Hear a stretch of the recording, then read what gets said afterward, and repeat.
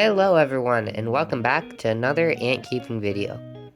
It's been a while since I gave you all a look at some of my ant colonies, so today I will be updating a lot of those ants that haven't been seen for a while, starting with my Novomessor cockerelli. Last video, I introduced this colony, and a month later, they have been growing. The queen has again replaced all of the hatched brood with new eggs, helping the colony grow. Since last video, they have gained about 10 workers and have a decent brood pile going, with some larvae and pupae. You can tell the new workers because of their lighter color than the mature ones. I'm trying to feed this colony a lot of protein, so they can grow even faster and produce more brood. I'd love a big colony of these gals, as they are one of my favorites. With their combination of a large size and fast growth, best of both worlds, which is rare for most ants.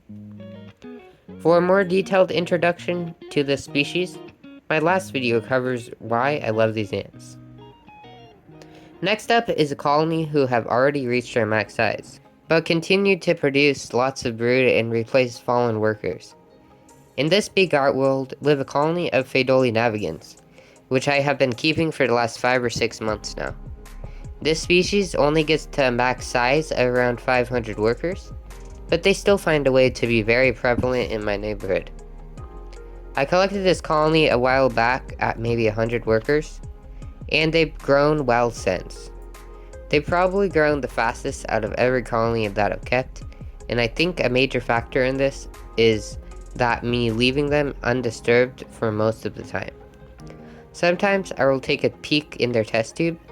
They are usually hard to keep from running out when observing the nest, so I just watch their outworld activity most of the time. This colony is probably my favorite to watch swarm and forage, as the large outworld allows them to trail their food and swarm it, which is very satisfying to watch. Sometimes I put food farther away from the ant's test tube, so that I can see the trail clearer. I could watch these ants eat for hours, and I love how the large outworld is better at simulating the wild than some of my smaller setups. The good thing about this colony being small is I will never have to relocate them and risk harming or stressing the colony too much, as I can just watch them live in their setup for the queen's lifespan.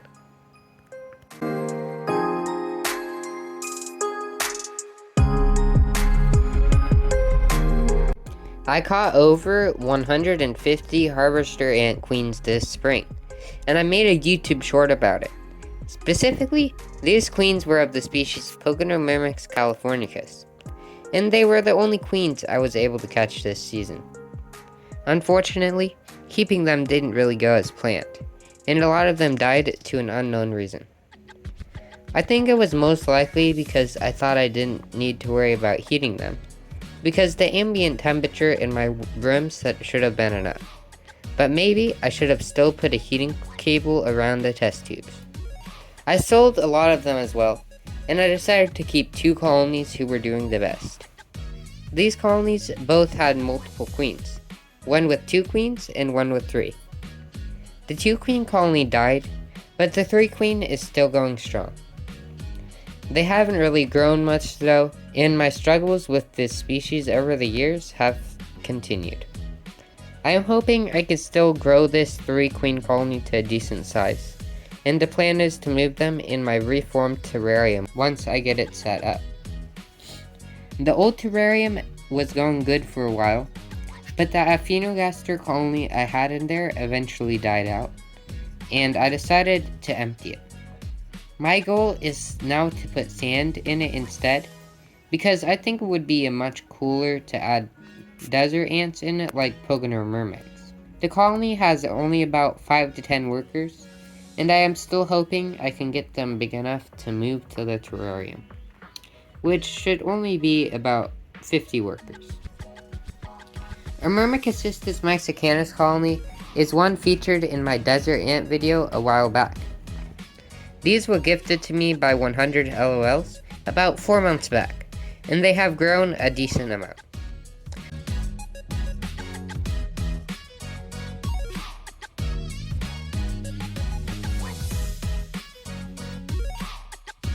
They are already a lot larger than my older Mexicanus colony, who I've had for a couple years. I recently got a second Tar Heel Ants mini hearth for the new colony, as an addition to their setup. They have expanded into that one, and it is now about halfway full, with the original mini hearth remains absolutely packed. It is filled with the colony's repletes and queen, who I hardly ever see because of those massive replete gasters. A nice thing about the new nest is that it is nice and clean and easy to film. And I decided to make the nest glow in the dark when I bought it, to spice it up a little bit. I love the gleam it gives off in the night before I go to bed, and it's really cool to see the nest lit up, like a glowing cave. I also decided on getting this nest with no stalactites, aka the little icicle-shaped drips that are seen on most of my mini hearths. I found that without them, no ants are blocked and it becomes a lot easier to see the ants. The repletes do like to hang from the stalactites, so I'm glad that the first nest has them. It seems like the colony likes to store the brood, save a few larvae and cocoons, in the original nest, and are treating the new one like a hangout spot, with some workers eating and sleeping there. As for my older colony of Myrmecocystus mexicanus, they have been an overall struggle during the years I've had them, but they have recently been getting a little boost with more cocoons being produced. They've been in their Tar Heel Ants fortress for a while now, but they really aren't utilizing a lot of the space. I was thinking about moving them into a smaller nest like a mini hearth. Let me know if that's a good idea in the comments. If I did that, I could use the fortress for another colony, like my growing new Myrmecocystus mexicanus colony, which will grow out the new mini hearth pretty quickly, I assume. With that, this video comes to an end. I hope all my colonies continue to grow and thrive. Thank you for watching, and peace out.